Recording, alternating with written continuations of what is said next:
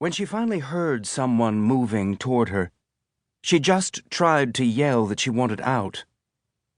The dry rasp that came out of her throat surprised her. She swallowed, working her tongue to try to create some saliva, and tried again. Another faint rattle in the throat. The people were right outside her locker door. A voice was talking quietly. Julie had pulled back a fist to bang on the door when she heard what it was saying. "No. Please no. Please don't." Dave, her ship's mechanic. Dave, who collected clips from old cartoons and knew a million jokes, begging in a small, broken voice. "No. Please no. Please don't," he said. Hydraulics and locking bolts clicked as the inner airlock door opened.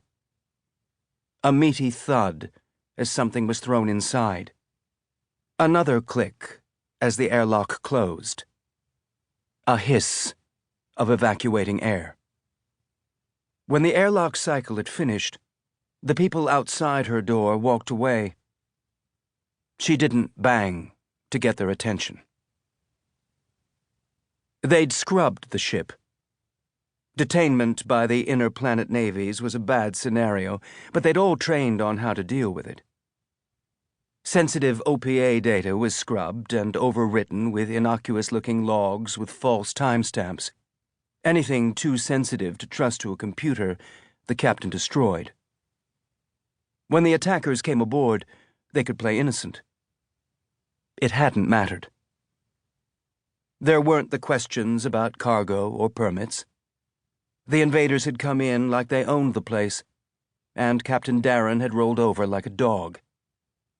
Everyone else, Mike, Dave, Juan Lee, they'd all just thrown up their hands and gone along quietly.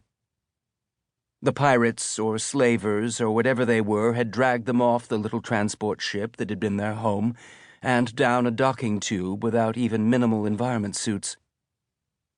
The tube's thin layer of mylar was the only thing between them and hard nothing. Hope it didn't rip. Goodbye lungs if it did. Julie had gone along too, but then the bastards had tried to lay their hands on her, strip her clothes off. 5 years of low-gravity jiu-jitsu training and them in a confined space with no gravity.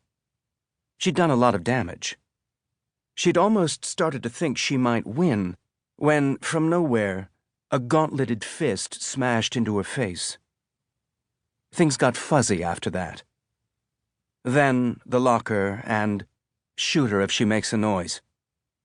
4 days of not making noise, while they beat her friends down below and then threw one of them out an airlock. After 6 days, everything went quiet.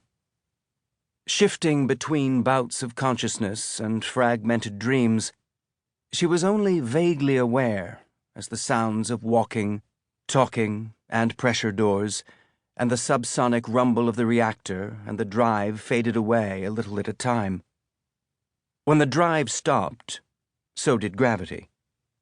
And Julie woke from a dream of racing her old pinnace to find herself floating while her muscles screamed in protest, and then slowly relaxed. She pulled herself to the door and pressed her ear to the cold metal. Panic shot through her until she caught the quiet sound of the air recyclers. The ship still had power and air, but the drive wasn't on, and no one was opening a door or walking or talking. Maybe it was a crew meeting, or a party on another deck, or everyone was in engineering, fixing a serious problem.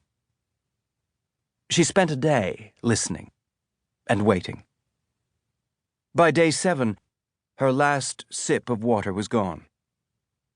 No one on the ship had moved within range of her hearing for 24 hours. She sucked on a plastic tab she'd ripped off the environment suit until she worked up some saliva.